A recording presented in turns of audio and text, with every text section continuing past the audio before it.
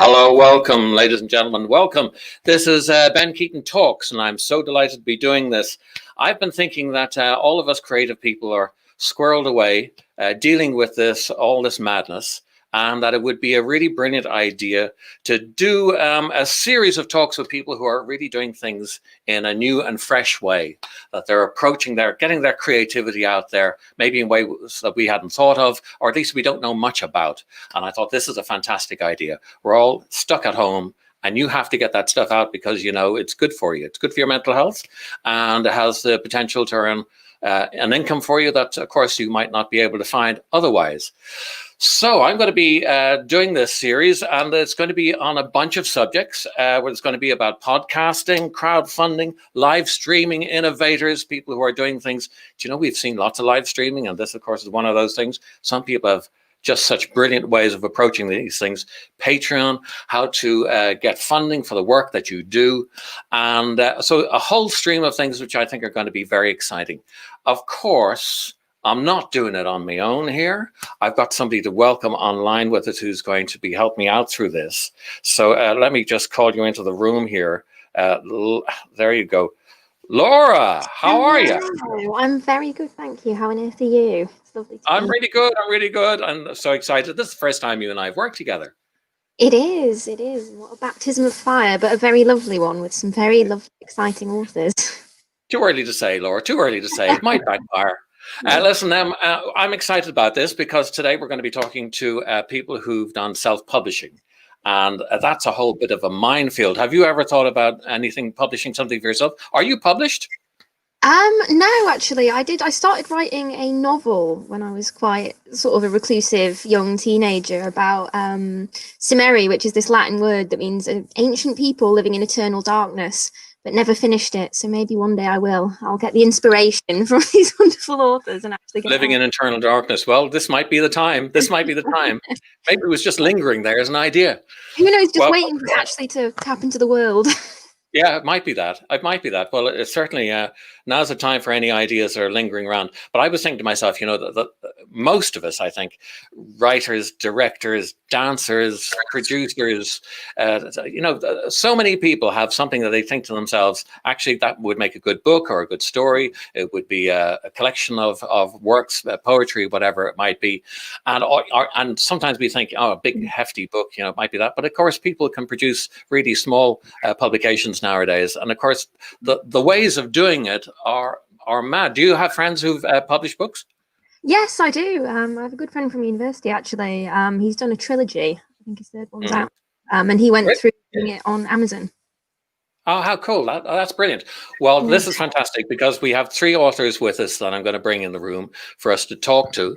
And each of them has done something different. They've approached self-publishing in their own way. I'll bring them in. Let's start one at a time, and I'll tell you a little bit about them, Laura, and chirp in, find out. I don't know much about them. They're strangers. We'll find out. Let's find out. The first one in here is this guy here, Des Kennedy. Let's bring in. Hello, Des Kennedy. Hi, Ben. Delighted to see you. Yeah, good to see you, Des. Now, let me do the synopsis, Des. You tell me if I'm wrong. Des Kennedy, first-time author. Your book came out in November. Was that right, Des? Yeah. It's just behind you there. Nobody noticed. Murder, Mutiny, and the Muglins behind you there. Always selling. That's what I like about him. There he is. And it's a non-fiction hardback, and it's a story which you found really living outside your window because it comes to a climax, a story about, what's the man's name? Captain Glass? Captain George Glass. Captain George Glass, and a true story, a guy who kicks off in Dundee in Scotland. This would have been in the 1700s? Yes, 1760s. 1760s, and then he travels around the world. The adventures are amazing, really fantastic. I have to tell you, Laura, that we're brothers. Did you spot that? Oh, I thought you'd never met. Yeah. Okay. Now, I've got a little question for you, Laura. It's a one-time question. Get this right. Laura, he made that up. I have no idea who this man is. Which one is younger? Come on, Laura. This is the money question. Which one of us is younger? Come on. Laura, don't answer. No, don't answer. Answer it, Laura. Answer it. I'm not going to get sucked into this because you just never know. Yeah, I know. It's contentious. It's me. I'm the younger. It's obvious. Come on. Okay. So Des, it's a fantastic thing that you've done to bring out this book, and we're going to go into the details of every aspect of it. But you've only been kicked out. How many have you printed so far? Oops. How many were printed? How many have you had printed? He's looking silent at me. Do you know we're going to have to cut him out? Well, he's definitely got 4. We know there's 4. We lost the sound there just for a few seconds, Ben. Did I? Okay, sorry. Des, how many copies have you printed so far? I've printed 800, and I've got about 40 left. Isn't that amazing? Fantastic. Great story. I'm going to bring in our next author on this, ladies and gentlemen. Gav is here. Gav Bowden. Let's call Gav up. Hello, Gav. How are you? Hi, everybody. How you doing? You all right? Oh, good to meet you, Gav. Good to see you again. I hope you're well. I'm all good. Thank you. Now, Gav, you've got a book out as well. Now, we can actually look at it. Des, we'll look at yours now in a second, too. This is Gav's here. I should have brought it up so you can see it. Very nice. It's called The Dreams of Time. And there's Gav's email address, or rather a website address there. And ladies and gentlemen, if you're watching this, there's a special on these for watching. So do keep an eye out. Today's special is a reduction in price from $7.99 to £6. And Gav will send you a signed copy if that is something that you'd like to do. And so listen, Gav, that book was a paperback, am I right? It is paperback, yes. I did have a choice to have it paperback, hardback, or a Kindle version as well, but I just went for paperback because I just love the thought of kids actually picking it up and feeling it and touching it and reading the real pages. Yeah, absolutely. And you brought it out, what, 2019? Yes. 2019. And it's aimed at the, what would you say, young teenager? Yeah, from anywhere from 7 years old will enjoy it up to 15, 16. Brilliant. Okay, Des, while you're there, I'll have a look at yours too. Look, this is the cover here of Des's. Thank you, Ben. Murder, Mutiny, and the Muglins. And that's where you would get it from. This will all come up again later on in the stream, ladies and gentlemen. So don't worry, you'll be able to see that. Des is able to send you a signed copy. It's coming over from Ireland, so it's so it's coming a long way. And we'll come back and show that again. Let me bring in our third author. Let me say, first of all, that Gavin there, he had worked through a publisher. He took on a publisher. Is that right, Gavin? You hired somebody to do the work for you. Des, on the other hand, did the whole lot himself, went off, got in individuals to do the work for him, including publishers, or rather printers in Poland, did all of that. So there's the difference between the two of those. Our next person to join us is Karen Geiler. Let's have a look at Karen. Come in and join us, Karen. Hello. Hello. Lovely to meet you, Karen. We hadn't met until this evening. How are you? Really good, thank you. And it's fabulous to be here. It's lovely to have you. So, Karen, now you've done 2 series of books, and you've brought them out on Amazon. Am I right? Yes. So yeah. that's quite an achievement. Let me have a look at this. This is, here we have it, is KarenGeiler.com, Karen Geiler, author on Facebook, and join my readers club to get the society starter. The society is one of the series. And now explain this. You have a new episode that just came out, a new book of this series that came out. Is that Dare You? Is that correct? It is, yeah. Dare You is a prequel to The Society, which is a brand new #1 book of this series, a new series coming out in March. It's on pre-order right now. And There Can Be Only One is a short story set in the Society's world. Brilliant. That's fantastic. Well, listen, thank you all so much for joining me here today. I'm going to kick off, and let me say that if you want to contribute, ladies and gentlemen, online. If you have any questions, Laura's going to pick them up, put them into the feed, and we'll drop them into the conversations as we go through. So do please do that. That's really good. And please, while you're there now and you're engaged, and we're going to get into these stories, do please share this. Share it right now to all your friends and relations. And don't skimp on the sharing thing. It's free. You just hit the button and share it with your friends, because you don't know who's out there that could really do with some inspiration, who has a book inside them and would find this interesting. I'd really appreciate it. And we'll come back and you'll get all those deals as well. So, and also at the end of this, these guys are going to tell you not only the hints and tips of how to avoid disaster, but also things that will help you to save money, perhaps, if you're interested in doing self-publishing yourself. I'm going to kick off with a simple question to all of you. I'd like to start, please, with Karen. Karen, can you tell me why self-publishing? What made you go that route? Because no one's going to care more about my book than I am.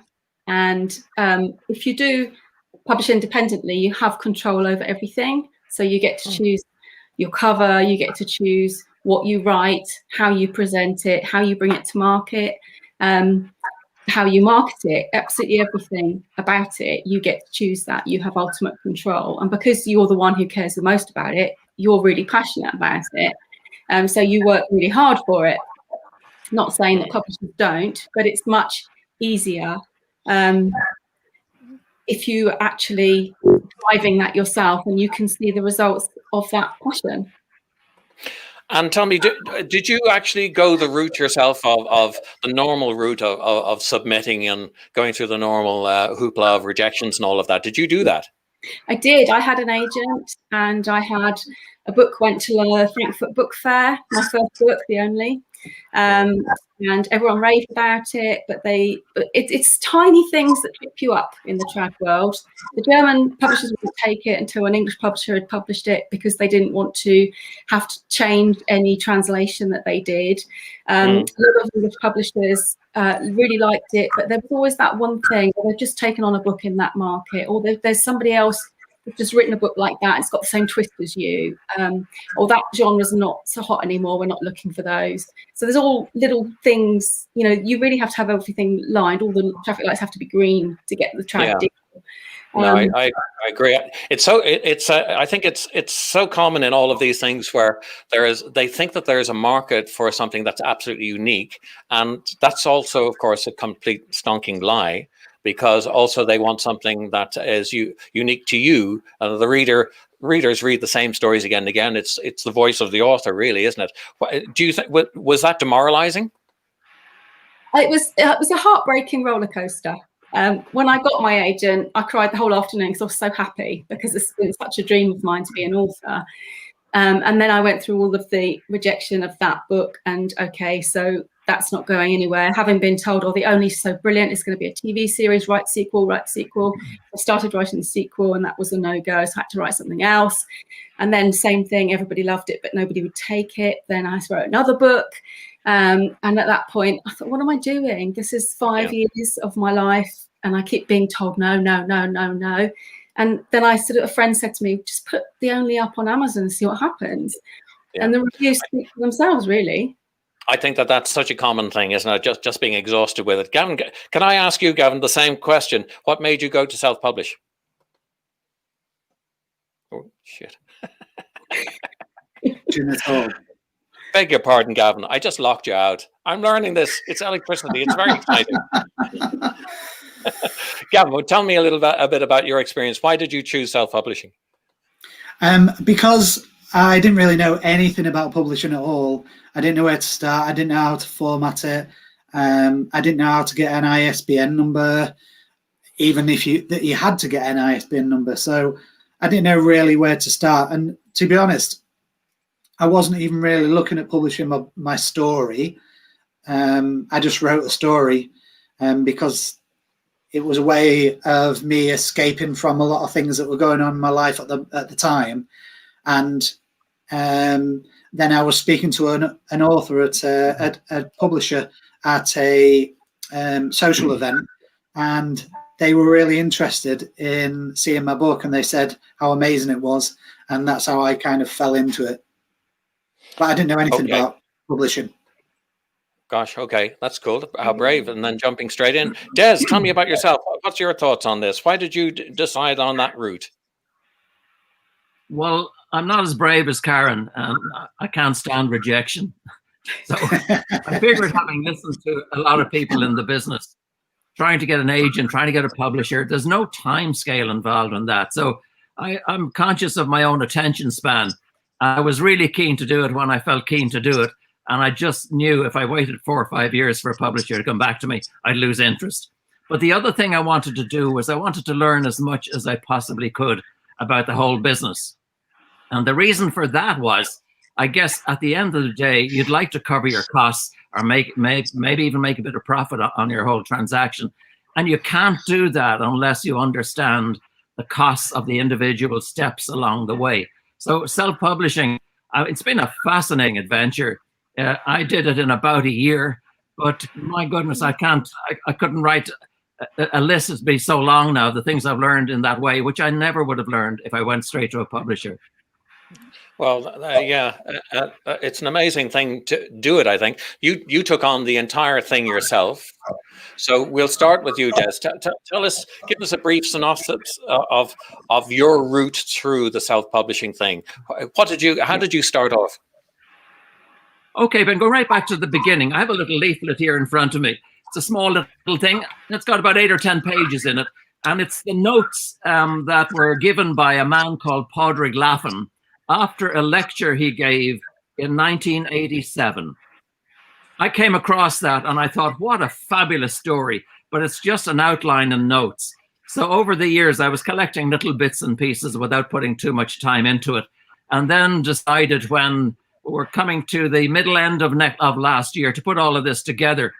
And as luck or bad luck would have it, COVID hit early in the new year. So I figured, what a perfect time just to get all my bits and pieces together and go and do it. So the surprising thing to me, and I don't know if Karen's had the same experience, when I finished my manuscript, I thought, hey, lo and behold, I'm a writer. There's my manuscript, A4 pages and very thick. And to be honest, that was the easiest part of all. The hard work really started then. And that was why part of the learning curve was, I knew that at some stage, you really have to have a couple of good people on side. And unfortunately, you have to pay for their skills. One of them is a proofreader, which comes at the end. He picks up all the typos and the bad grammar and makes you sound like a very literate person. But the most important one to me was an editor. And the editor that I found, it was like handing your child to a surgeon and he sends the child back missing 2 fingers. And that's how I felt when I got the manuscript back. But what he was able to do, and he put it in very simple terms, he said, watch out for repetition. And when he started to take out repetition, bloody hell, lad, he took out sections of my book. But the difference that made to the end product was just amazing. So if I went to, I suppose, a publisher at the start, an agent at the start, I never would have really learned that. So that gave me, I suppose, a manuscript that I didn't feel embarrassed about anymore.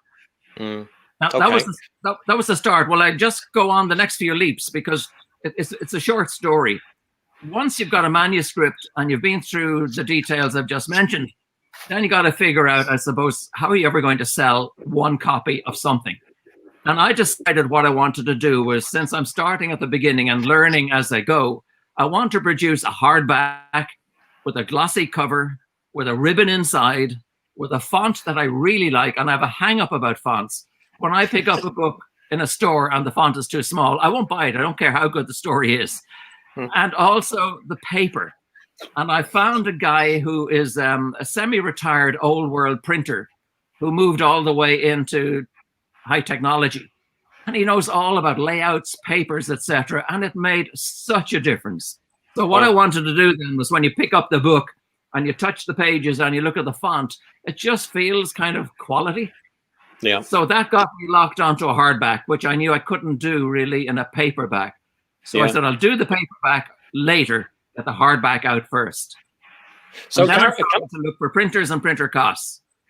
Well, can I ask you, Karen, yes. were you robbed of all this then? Because you decided to go Amazon and Kindle and all the rest of it. You didn't get to hold the weight of the font in your hand. Is that right? Actually, here we go. No way! In your face, Des. Here we go. That's Lovely. one I said earlier. Yes. They are beautiful. They are really lovely. I had an artist do the covers for me. Yes.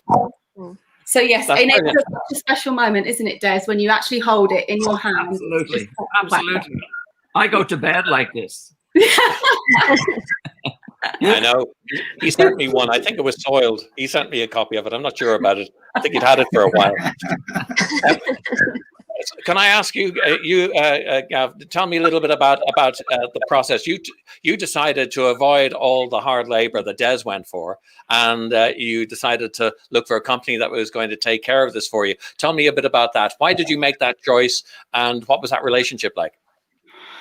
The relationship was really good. They treated me really well, kept me in the loop all the time, didn't make any changes without telling me. But it was very stress-free. But at the same time, like Des said, I didn't learn anything about the publishing process, about anything about that. They went through the proofread and 3 edits and a forensic edit. And the whole process, including all my illustrations and everything, took about a year at the same time. But obviously, it was very expensive. One of the ladies that worked at the publishers, her daughter, did the illustrations for me for the book.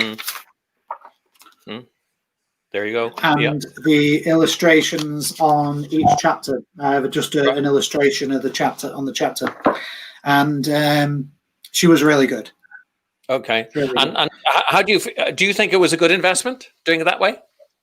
I suppose I didn't have a choice, because I suppose I did have a choice if I wanted it publishing.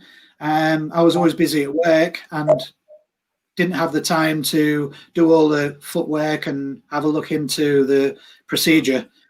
So you just wanted to get yours out there without all that time. Des is retired, so he needs something to keep him going.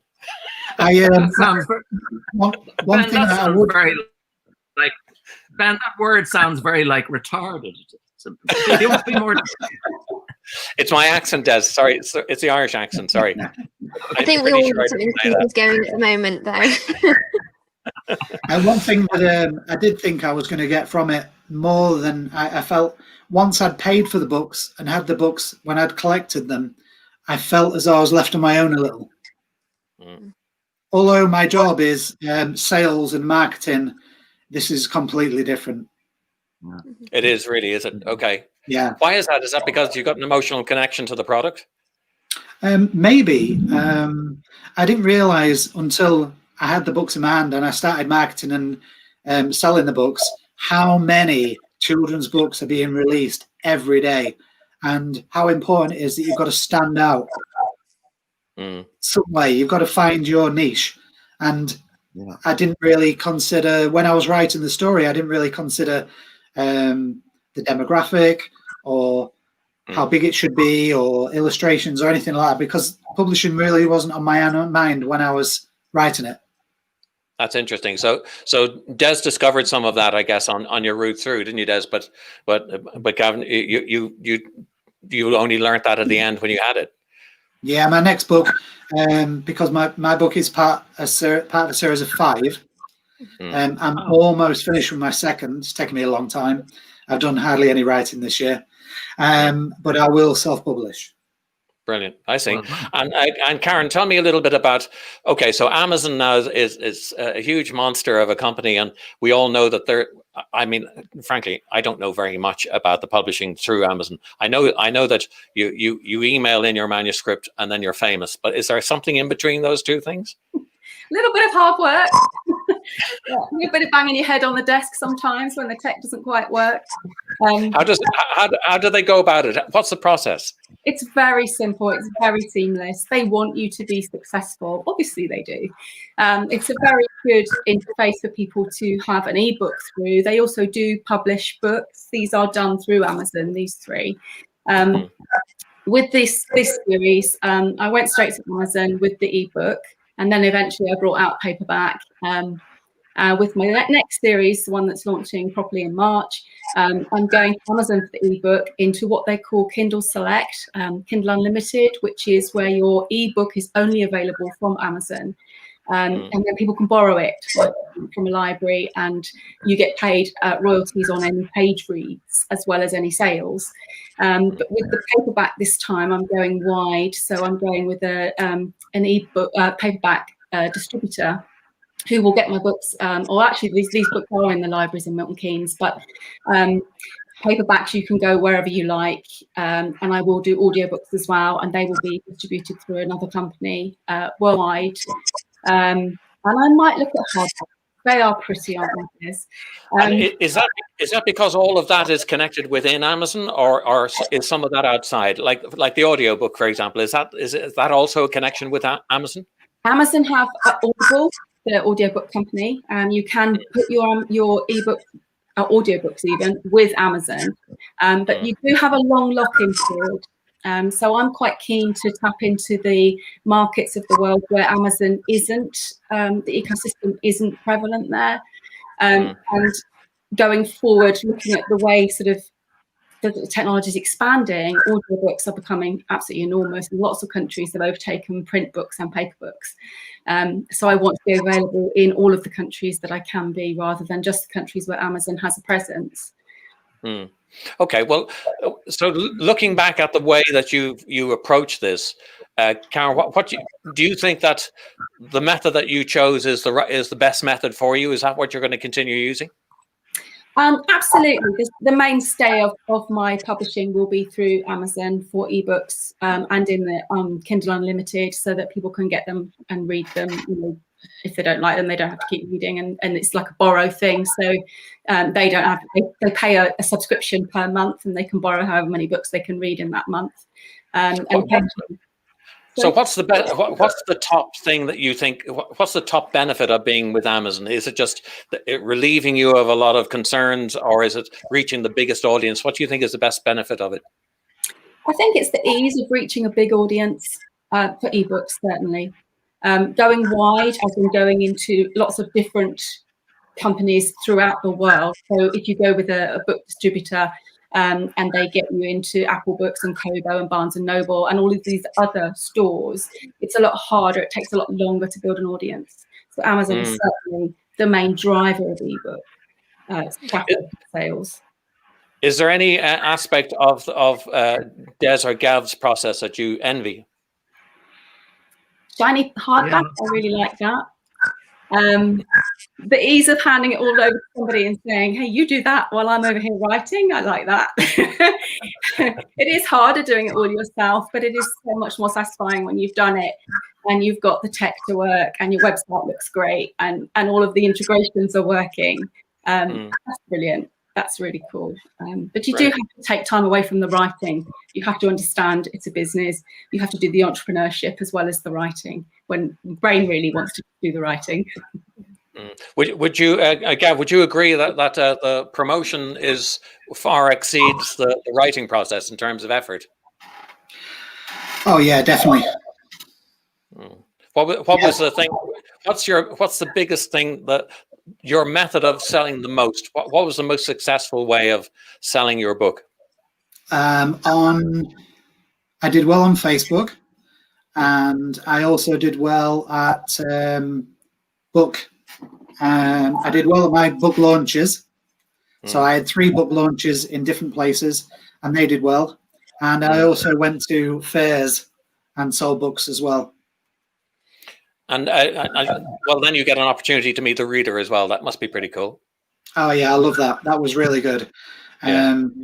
You know, the way the kids look at you when you sign in the book for them and everything, it's really fantastic. I had the advantage later on of getting a very well-known actor, voiceover artist to read a couple of my chapters so that I could put that on my anyone we know? website. Anyone off the telly? Yeah, actually, Des has got a picture of him behind him. I think the cow. Did you get a cow to do a reading for you? Actually, Ben, thank you very much for your help, because it was you that did a couple of... Oh, me. Oh, I didn't recognize myself from what you were saying. I thought it was somebody really famous. Oh, yeah, I did that. Yeah, sure. I am slightly disappointed it wasn't the cow. No, you're quite right. It was fun to do. And tell me about you guys. Karen and Des, have you thought about having audio extracts or audiobooks? Karen, you were saying an audiobook. That's an exciting project. What do you think, Des? Do you think is that something you'd like to do? I'm looking at it as several steps, Ben. I want to get as much as I can out of the hardback. But the more I learn about it, the more I see you've got to be careful. For instance, I have some images in my hardback, and they're copyrighted. And if I give those into, say, an ebook, I'm going to have your attorney talking to my attorney for the next few years. You'll be very careful on that. So that means I'll have to change some of the graphics in my hardback when I get it into a paperback. I'm planning a paperback for about next Easter, so I've got a little time to work out some of the difficulties on that. Is that a big concern? I mean, I don't mean is changing them over a big complication? Well, it depends. You see, the layout of your book is quite sensitive in pages and whatever, and if you're taking out a few pages, then you're going to have to go back and redo bits and pieces and whatever. So that's why I was just curious listening to Karen, who's an expert in this area, about whether she had to make any changes from her manuscript to get into a paperback where certain things Amazon wouldn't allow. Were there any areas, Karen, where Amazon said, no, don't put that or take that out? No, there were, but I was very conscious of how it looked as a paperback. And there were areas where I sort of shortened some sentences so that you didn't get just that one line at the top of a page. It's a bit more forgiving in an ebook format. The formatting is different in a paperback. It sort of spreads out a little bit more, so it does come out differently. So it means another read through just to make sure that everything is as you want it to be. And also for audio, I've been hearing quite a lot about audio. Writing for audio is different. And audio narrators that I know say, you have to be mindful of things like sentences that are very alliterative. Things like that are hard to narrate. So that's something else you'd need to think about. Okay. Now, this is where I have some expertise. I have some expertise here because I've spent the last 6 months writing a podcast series, which is basically nonfiction, but is treated in a very dramatic way. So I've been writing narration for the last 6 months. Coming from acting, writing narration means I can read it out loud and I can get the rhythm and the sound of it. But I am aware that when I submit script, if it's going to be read by somebody in a different way, they're going to read it and enjoy it, but it's not going to be the same as hearing it because it is written for narration. And we have a common friend, Claire Steele, with Karen there. And now I'm working a bit with Claire at the moment, and I read to her to get notes. And that's really interesting because the reading of it helps to create the atmosphere of it. And that wouldn't be the same. It'd be fine. It'd be all right. It'd be a different kind of story. But it's a very different animal because you're getting a performance with it. And that changes things a lot, doesn't it? That really makes a difference. Absolutely. I read my book out loud to myself, and it's amazing what you pick up. It is, isn't it? It is. It also allows, as a writer, it allows you the opportunity to consider different things like rhythm and things in a different way, which are heard. And I find that my interest in poetry and rhythm, and I come from music and comedy, that all played a part in that, and it makes a very big difference to it. I'm going to get down to some nitty gritty, ladies and gentlemen, about numbers. And I'm going to speak now. Anybody who's online and joining us at the moment, thank you so much for joining us. Laura, are there any questions or anything else? If you have any questions, ladies and gentlemen, you can submit them. We'll pick them up. Laura, if you say no, it'll be really embarrassing. Are there any? Well, no questions yet. We've got some lovely comments just saying, well done for bringing these guys together to share their experiences, Ben. And Lisa said, great advice here. She liked the attention span information, Des. Said it was brilliant. Thank you very much. Very welcome. If you have any, thank you so much. Lovely to have you on board, ladies and gentlemen. Do please send in any questions you have. And that will be terrific. We'll put those things into the system. And if you're watching, do please share this right now. That would be very helpful. We're going to be doing more of these things, deep dive talks about various processes that will help creatives. I want to ask some numbers, please, ladies and gentlemen. I'd like to start with yourself, Gav. Tell me about how many you had printed and where you stand now. You printed in 2019. Where you stand at the moment before you go into your second book. What were the numbers like? Okay, so I had 1,000 books printed. I'm not going to tell you the full cost. Okay, but it cost about £5 a book. Fair enough. I didn't see that coming. Well done. And I'm selling the book at £7.99. Out of the 1,000, I sold about 400. I've given about 350 away to charities. One was the Michael Carrick Foundation that build packages together and deliver it to underprivileged children in the poorer areas of the cities. And so I've got a few left. And tell me about, do you think, do you have a plan in your mind as to break-even point? Did you have a number that you had to get to? Yeah, I think I had to sell about 475, I think. Okay. And how you do, so you're close on that? Yeah, not too bad. Or yeah, it might be a bit more. Not too bad, not too bad. Des, tell me a little bit about your excursions. I know that that you were buying them, sort of getting them brought over because you had a publisher in Poland, isn't that right? A printer, and the printer was, and you were risking 200 at a time. That was the sort of way it was going. Is that right? Yeah, it's a little bit of it's an interesting one, Ben. I should have mentioned a little earlier on. The thing that I should have done more of was talk to more people about various parts. One of them is printing. I reduced my printing costs by 50% by shopping around. And that was why I ended up in Poland with really high quality.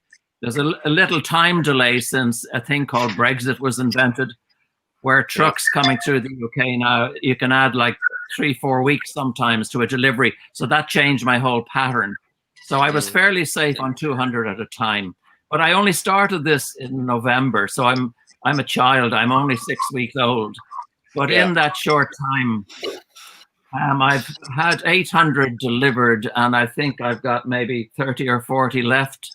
But I've only worked on Facebook and Twitter, and I've got quite a lot of other things I want to do. But one of the lovely things is quite a lot of people have sent me back sentences on what they thought of the book, which really, really surprised me. And some of them were really, really lovely.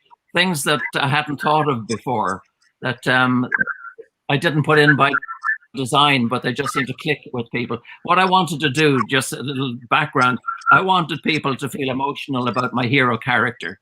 He could have been made to feel like an evil person very easily. And that seemed to make quite a difference. And what that did was it gave me a good balance between male and female readers, because on the basis of the title, you would think murder, well, maybe that's narrowing the audience a bit, but because it's a human story about a family, I think it gave me a bigger audience. So that helped. But shop around for printing.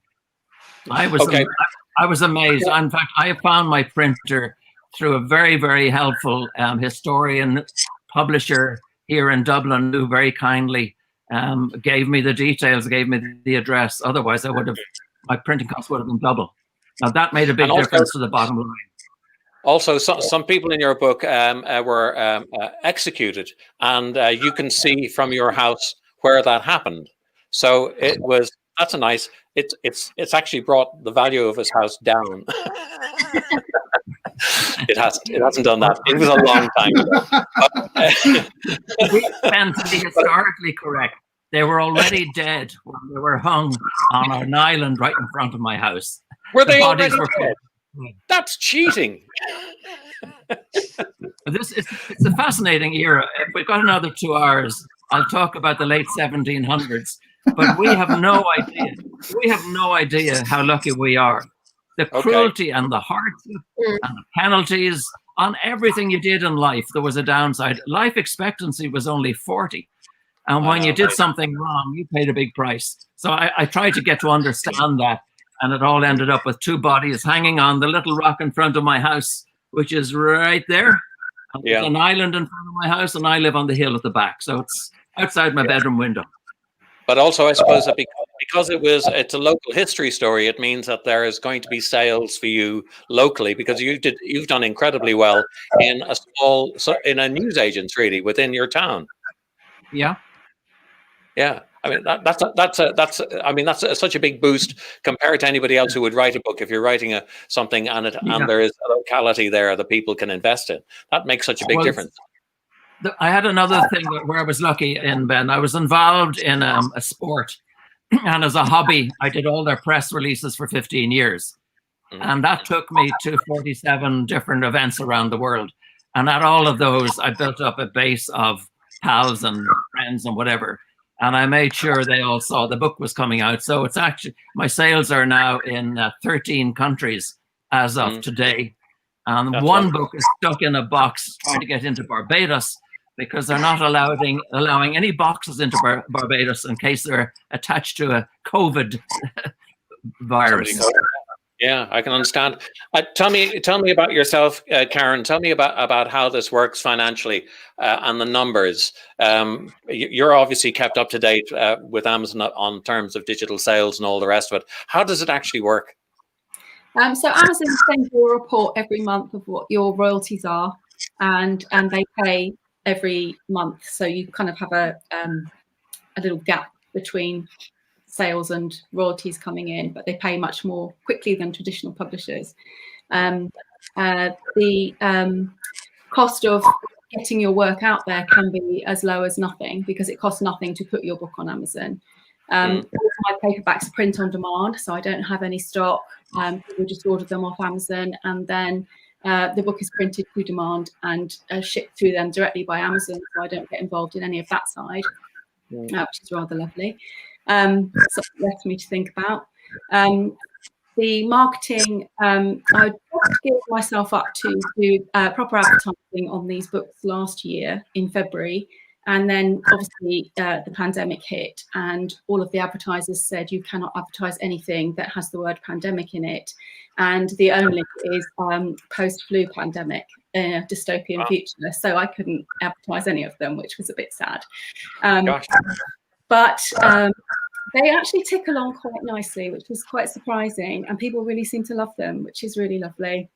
But so because your outlay then so your outlay must be a fraction of the other two guys here, because you're saying that you could actually get your book published and get it out for very little outgoing. Is that right?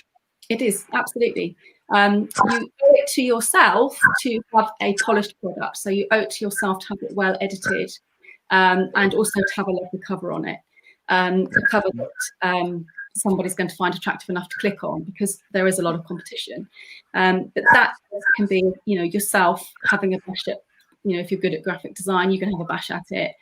For this first series, I found an artist, a graphic artist, who was doing them for me, and she was really, really priced. For my next series going forward, my son, bless him, is a visual effects artist, so I've strong-armed him to help me, and he's really offered to, which is brilliant, and he's done a cracking job with the covers. They look really lovely. But I have done a course to learn what elements should go in cover, what readers are looking for.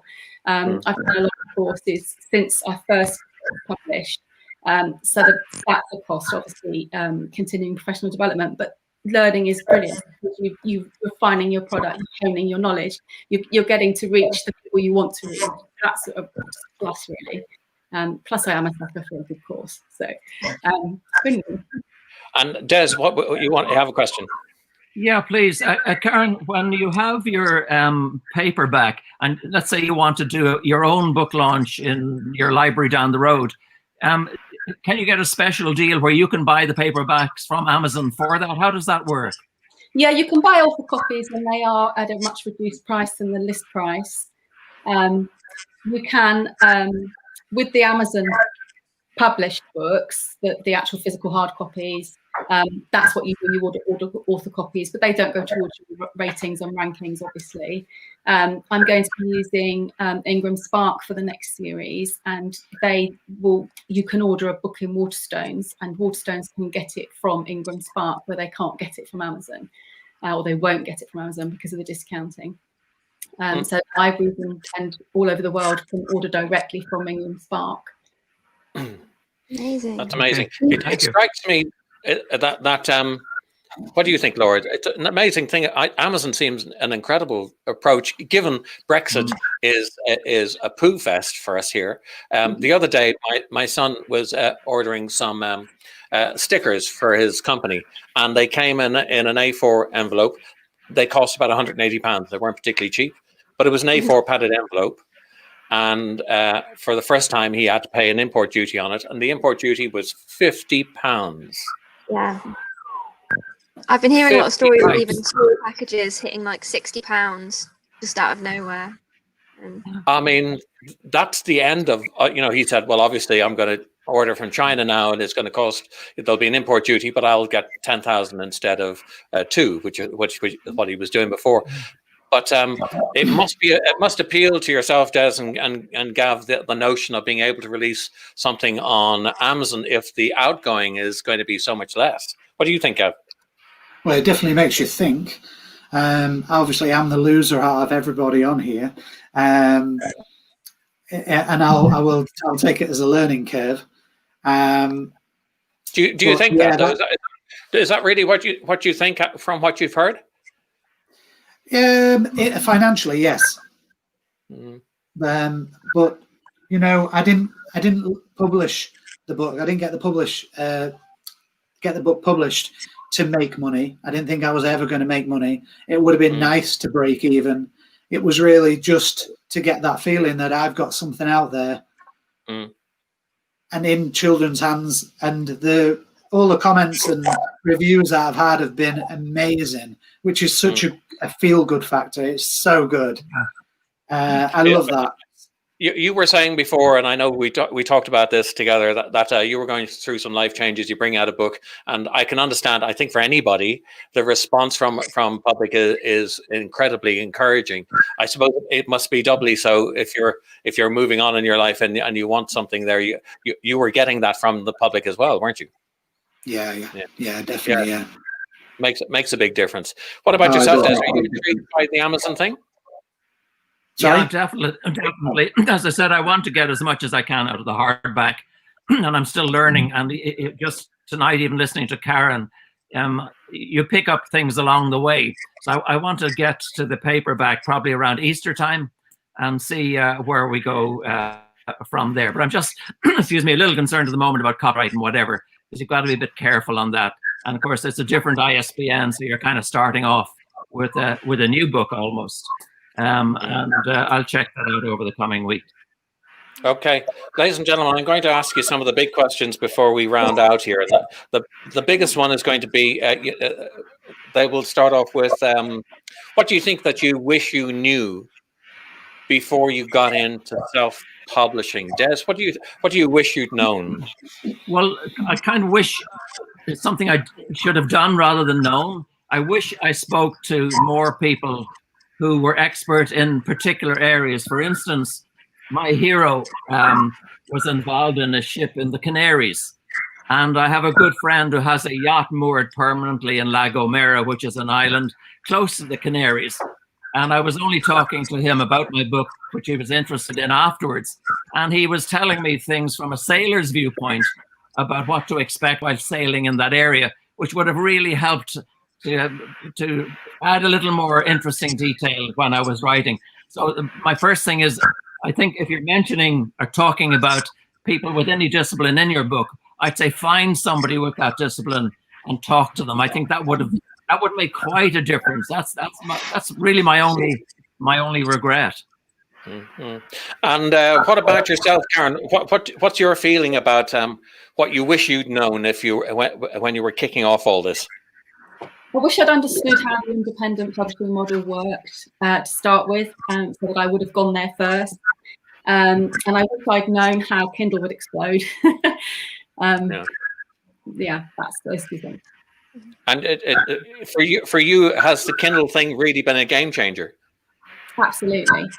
Really? And it's becoming increasingly so that readers don't really care how their books reach them. They just want good stories to read. That's a sobering thought. To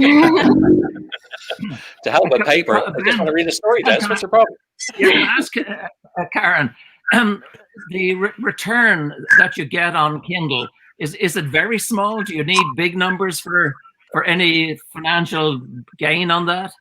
If your book is priced at $2.99 or over, you get 70% royalties. Anything under that is 5%. Okay. Good, interesting. We're all doing maths in our head. I could get from 1995. How do I get down from 1995? Yeah, I mean, you have an issue, Des, because you're living in a foreign country, and also your book weighs heavy. No, sorry, Ben. No, you're living in a foreign country. You decided on a book that was going to weigh a load because you like the heavy paper. So post is insane. And are you prepared, Des, to give up on the beauty of the handmade thing in order to get an Amazon book that would be printed off in the country of residence of your buyer? Stab me right in the heart. It's a very interesting question, Ben, because it's become very serious. For me to post this little book to the UK, I can almost see it out my window, is $11.50. To post it to the United States is $16.50. It's like it's crazy. So that's why the move into paperbacks next will reduce that, and then going a step further, I should be able to get it right down. I would imagine so. Tell me about yourself, Gav. What about you? What do you think you wish you'd known at the very beginning? What, you mean if I could have travelled back in time? Oh, nicely done, nicely done. I wish I'd have spoken to more authors and tried to get their opinions on self-publishing and try and listen to their experiences before I went ahead and did it myself. Okay. Yeah. Well, okay, but I mean, I think I applaud the way that you did it. You jumped on it, you got it done, and you ended up with a book. And your next book, you might do differently. I guess that's the truth of it. Yeah, and to be honest, I've got a lot of things in my book which I didn't even think about the author page, and I've got a little word search in the back. For the kids to do. It's all about the book, and I've got time traveling facts in there, and I wouldn't have thought of to do anything like that. Yeah, that's cool. Okay, ladies and gentlemen, I'm going to do a quick round here. I want top tips, please. Things to avoid that you're going to tell people. Karen, tell me what it is in your mind that you would advise people to avoid. How about if I say one thing you should do? Was that okay? That was my next question, Karen. You're messing with it. I'm going forward in time here. Sorry. I've worked this out. I had nothing to do. I worked this out, Karen. One thing to avoid: when you've finished your book, when you've written the end, stop thinking about it like it's your baby. It's a product now. Stop thinking about it like it's your baby. Gosh. Okay.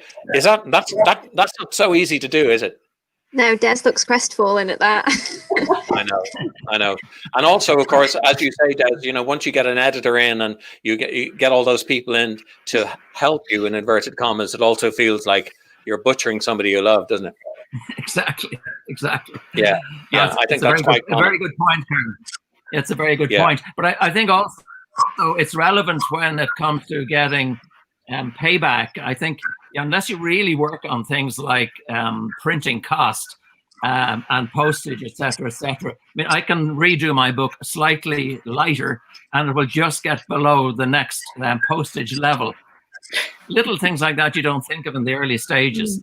And that makes a big difference on your return on investment. So, Des, what would you suggest as something to avoid? Make sure you don't do something or other. What would it be? That's a hard one, Ben, because when you're learning, everything is new. So they were all things that I could have avoided and found by accident. But I think the main thing is to make sure you don't get tired as you're going through. Just be conscious of it. I wrote a book because I picked up the story 20 years ago, and it became just something I was very passionate about. And I think if I wasn't that passionate about it, I would have been like so many people who said, oh, I started a book once and I never finished it. And I think that's because their heart wasn't in it. So I would avoid getting involved in a story that you don't really, really care about. I think that means then that you're probably doing it for money. And I think, as Gav said, if you're doing it for money, I'm not sure it's going to work. And I think it might show through in the end product. That's a very interesting way of doing it. What about yourself, Gav? What would you tell people to avoid? Well, I was going to say, avoid getting a book published if you're doing it for money. Do it for the whole experience of doing it, but try not to take anything personally. Yes, it is your baby, and you're very passionate about it, and to get that book in your hand and feel it, and it's something that you've achieved, something you've created. Everyone's got a different opinion on everything, so try not to take anything personally. Brilliant, thank you. And okay, we've covered that. Our cup runneth over with questions at the moment. We got a sudden influx as well. Oh, I'm delighted. Tell us, what have we got, Laura? So one of them ties in quite nicely right now, seeing as the answer obviously isn't money. Why writing? What drew you to it, and why do you love it so much? And this is to everyone. So. Why did you choose writing, Laura? Des, why did you choose writing? Oh, let's see. I think if you're sitting down with some friends and you're having a conversation, very often at some stage in the conversation, a joke or a story comes to mind. And sometimes those stories are ones that just make you think, God, I wish I knew a bit more about that. And I think then if you start doing a little research, what's the point other than just saying, I enjoy those 10 minutes before I forgot the story. I mean, the point, I think, in discovering a good story is to try and tell others. And if you tell others in a small circle, well, they'll forget it before they get home. If you actually write the book, you have the joy of it being there forever for your children, for your family. And there's a really special joy in doing that. I must say, of all the things I've done in my 200 years of life, there are very few that I would say I would definitely do that if there's reincarnation. And writing a book is something I'm definitely going to do next time around. It's a fabulous experience. And you'll start earlier. Yeah, that's a good idea. Yeah. And, no, I don't think I'd start earlier. Just do the same thing. What's all this writing thing? Why did you not choose to do something, have a different midlife crisis?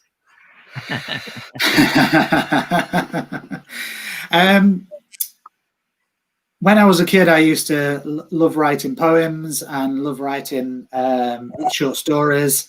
And as a salesman, I've got a great imagination. But I use writing, the process, as a way of escapism, of getting away from normal life and going into this world that my story is in.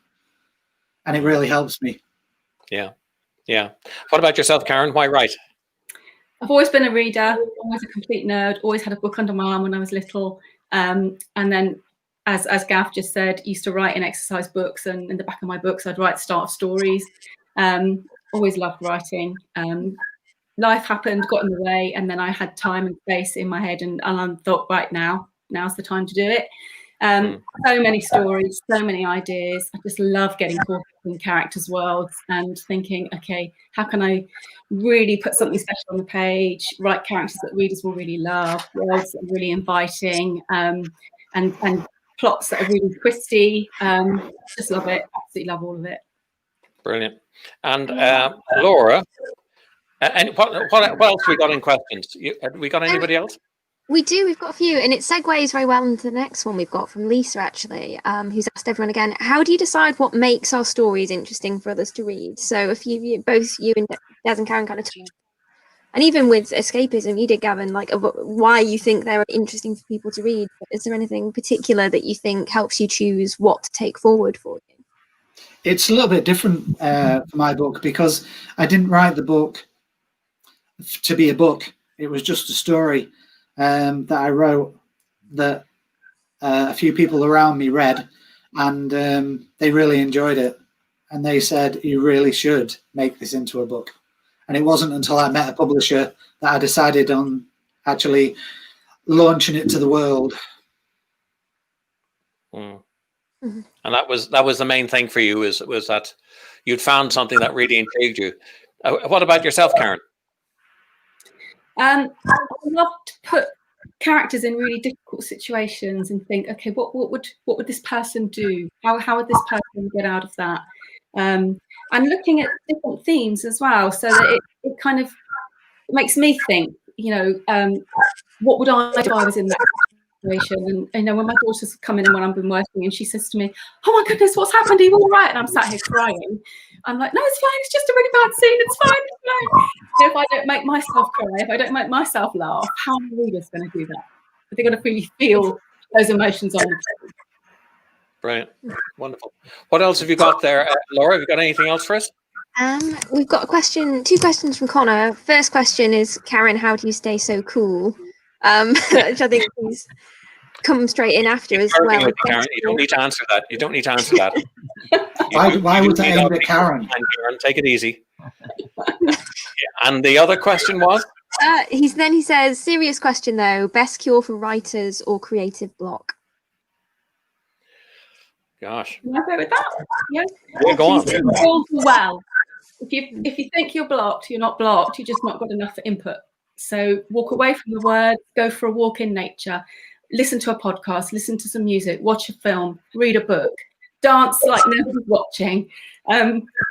Anything you can think of that is a creative thing. Paint.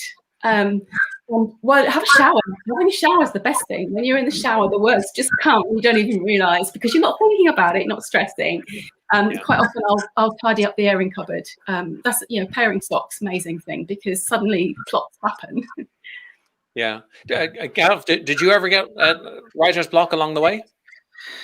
No, the way I write is that I don't plan anything. So I think that's a good way of not getting, if you don't plan, you don't put yourself under any pressure, because I think that if you've got a start, a middle and an end to a book, you're trying your hardest to get to that point. And I think that's where people struggle. I don't know, because I don't suffer from it. Gosh. The only thing I do suffer from is I love writing on trains and on planes. Uh-oh. And I haven't been able to go on trains or planes for a long time, so I struggle to write. Can you write while you're jogging? Does it look like a jog, Ben? What about yourself, Des? Did you ever get blocked? Well, I've got a little game I play, and it's called Do More Research. I've been amazed when you start doing research, the new worlds that you find by accident. I had one lovely experience, which not many people would even think of doing, but getting the House of Commons minutes for the 1760s and try reading them. And you could write a book, a completely different book about the weird things that you find. But one of them happened to help me enormously with my story. But as a general rule, I would say, if you have the chance, just do some more research. It'll take your head down different roads, and you'll be amazed what you might find out. I found recently that I've been writing the podcasting I was writing. I've written an episode in a day, and I've written another one. It took me 2 months, coming in every day at 9 o'clock, staring at the thing and trying to figure it out. And I think that I was lucky, because the trust that you have that it's going to be okay. It's going to be okay. It's going to be all right. The trust that it's going to work itself out has to be there. I've been lucky, because the people who are waiting for it on the other end are very easygoing, liberal, and they have been going, it doesn't matter. It's looking great. It'll be there. It'll be fine. And I've been being under pressure would be harder, but I think you have to trust. I don't know whether you experience this. You have to trust your ability to produce, and you've gotten so far. Sometimes I'm like, oh my God, what have I done? And I look back and I think, well, I've already written 8 episodes. I just have to write this one. so yeah, but so that thing of calming down. But I think maybe trust in yourself. I think for me, I think is another thing. I'm going to end up, ladies and gentlemen, on a tip that you have, to save people money if they get into the process of self-publishing. And I'd like to start with yourself, Gav. Could you tell me something that you think that people could save money if they were to self-publish? That's how to save money. How to save money? Okay, but and within self-publishing, what's the tip that would save them from your experience that you might have thought to yourself, actually, I could have gone the other way around on this, and I think I could have done much better? Yeah, I feel as though I could have got somebody to a proofreader, an artist to do the illustrations, and the printing would have been. I could have saved half the amount of what I spent. That's very interesting. Okay, thank you. Karen, what's your experience? How would they save money? Yes. Des. Ben, could I just suggest to Gav, I don't know whether he's done it. Have you ever used Fiverr? You familiar with Fiverr? No, I've heard of it, but I've never used it. Oh, well, the things you're just talking about right now, you can just put up a sort of an advertisement saying, I want somebody to help me with. And 50 maybe or so people will come back saying, I'll do it for you. Charging maybe £40, £30. You would be amazed what you can get out of it, but I'd recommend it. Okay, but you can't guarantee the quality, can you, Des? Pardon? You can't guarantee the quality, can you? Because there's people from anywhere in the world, you don't know who they are. So there's a bit of hit or miss in it as well, don't you? Isn't it? Is that true? No, because they will send you back details of what they can do and examples of what they've done. No, you can be very selective. Okay. That's cool. That's good. Yeah, that is good. Karen, what do you reckon? What do you think is the best people to save money, the best thing for them to do if they're going to get into self-publishing? I would say the best thing to do is find your tribe. So find other indie authors because they will have your back. You can learn so much from them. You can be beta readers for each other. You can be proofreaders for each other. You can help each other climb the ladder. You can help each other bring a book to market for as little as you can get away with, whatever your budget happens to be. That's fantastic. That's really good. Ladies and gentlemen, I really appreciate you coming along tonight and to talk about this. I'm going to call up your images here and just remind people of the deals that they have available to them. Des's book, The Murder, Mutiny and the Muglins is available. You can see there's a Facebook page there. And he'll send you a signed copy all the way over from Ireland. And you can see here that there's also a shop there that you can go to and order directly from there as well. We have Gav's book, gavinbowden.co.uk, The Dreams of Time, and that has been discounted for you if you're tuning into this. You can see that he's bringing it down to £6 from $7.99, and he'll sign the copy for you. And also Karen. If you go to her website there, karengeiler.com, and you can also go to her Facebook page and keep in contact with her there. Join my Readers Club to get my Society Starter Library of Dare You, and there can be only one absolutely free. What's better than free? I don't know. What is better than free? Thank you so much, ladies and gentlemen. It has been brilliant. Have you enjoyed yourself, Laura? Yeah, no, I've loved it. It's been absolutely lovely hearing about all of your journeys, and it's been very inspirational. And a few other people have said in the comments it's been inspirational as well. So lovely. What do you reckon? What's the best thing that you got from this? I think it's just fascinating all the different ways of publishing, and kind of if you start to write without taking those into account, how that shapes the journey you have with the book going forward. I don't think, because I've started writing myself, and you wouldn't think to have to think about, okay, if there's going to be an audio version of this, if there's going to be an ebook, like shaping it like that is a very interesting way to imagine writing. And I think it's interesting too that there's two ends that we've had in the conversation tonight. One is in love with the product, and one is getting it out there neither of these things are different, and depends, I suppose, on the publisher, the writer, and what it is that they want. But there's a tactile thing, and then there's getting my story out and moving on to the next story. And I think that that's really interesting. It means that as writers, you have choices to make. There are things that you can do, and then there's also, of course, the ability to meet your readers, which is a huge element as far as I can see in this. And we already know that when we meet people that read. The first job I got in England, it was in the mid 70s, Laura. London in the mid 70s was mostly just mud, and there was Regent's Park, but that just had a fence around it, and it was mud on the inside. So it was pretty much like that. It was just mud, and everything was in black and white. But the book, I was in a chain of bookshops, and it was a great pleasure to work in a chain of bookshops because everybody comes in, can read, and so it's quite good. It's very cool. So I have a huge admiration for you guys for going through the thing that you do to get your voice out and your story out there. And thank you very much indeed for being with us tonight. I'm going to say goodbye to you, and we will make sure that we have all these details about your books. And I would ask you guys and anybody else who's watching to please share, so that we can. Can I just add something, Ben? What's that? Can I add something? Oh, go on, Gav. I just wanted to say that I'm a normal bloke. I'm not particularly intellectual. I don't feel I'm particularly creative. But I've written a book. I've got it published. It's in my hands. Anybody can write a book. Yeah, good for you, man. You're absolutely right. And you are creative because you wrote a book. I know how it works. Yeah, thank you so much. I appreciate that. It's been a great pleasure, ladies and gentlemen. We will meet up on others of these talks. And thank you so much, Laura, for hanging around and having some fun and joining us on all this. And we'll do more of this. Do you reckon we should do more, Laura? I think we should. It's been an absolute joy to do it with you all. So I'm definitely in again. Do you know, I feel that it's next time as bad as it could have been. Do you know what I'm saying? We'll do some comedy next time.